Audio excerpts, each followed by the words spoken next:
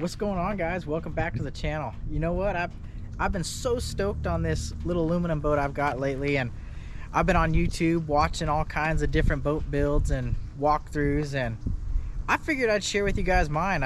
I like to start off and say I love this thing. It's a 2003 G3 165 Eagle. I bought it at the beginning of 2020.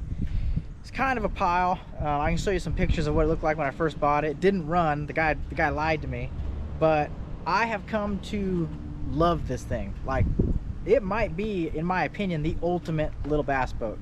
16.5 foot, 40 horsepower. Yeah, I'd love to give you guys a walkthrough and show you how I got this thing all dialed in, and yeah, share the stoke, because I love this boat. All right, so the newest addition to this thing is this galvanized trailer. I picked it up used. My trailer was rotten and broken. If you've seen any of my other videos, I just got this thing. Fit real nice. It's a galvanized Boston Whaler trailer, and you know, it's kind of one of those things that when I bought it, the guy told me he had never taken it in the salt water, and he lied straight up. It was you could poke your finger through all the rust in the channels. But yeah, that's the newest addition. I got a trailer, a mobile again.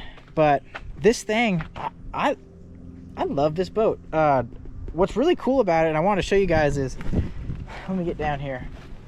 It's a Mod V hull. I don't know if you can see that right there, but it's got this, yeah, it's a Mod V. So it is really stable, and I've looked at videos online, and I have not seen anyone give this boat the hype it deserves. It's got awesome storage. Got two big bins. I got my live scope battery in there, and got the live scope box right here. And oh man, this is so cool. That's an 8-foot Phoenix swim bait rod. It can fit 8 footers in the rod locker. I can fit 12 rods up in there.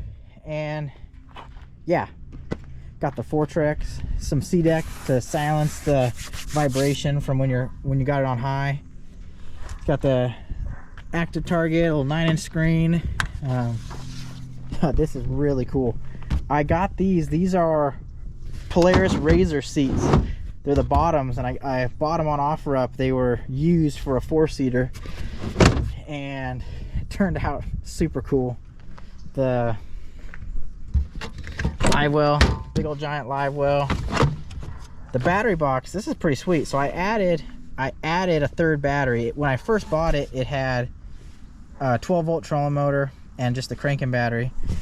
I put a 3-bank onboard charger in there, and I mounted it on a cutting board right there across the stringers. But yeah, this thing is awesome. I love it. Oh, and what's really cool is, let me jump up in here. I put this C-deck material in on the sides right here on the trim, and I redid the actual deck where you're standing on with this tough coat. It's a roll-on decking material. Turned out really nice. Yeah, you just hose it off, especially for where I'm taking it down dirt roads and all over the place. It lasts and stands up really good. Just hose it off. I'm sitting in the passenger seat right here, and obviously looking at the front deck. My hat's off to the guy who designed this thing. The way they laid out this, it's a really small boat, and it's got all the amenities of my big fiberglass boat. You know, they optimized all basically storage under the seats. The layout's perfect. Oh, I added this little cool little bin right here. It was a step. Put some stuff in there. But yeah, this thing does everything you could need it to and more. It's probably, I bought this thing for $5,000, 2020, height of the pandemic. I wanted an aluminum boat to go explore stuff, and I would say it was 100% worth it. I thought I kind of overpaid at the time because the carpet was super rough, and the guy lied. He said the motor ran. It didn't. It was a whole ass adventure, but I've come to love this thing. I've got it dialed, and yeah, I just want to share with you guys how much I'm stoked on this thing.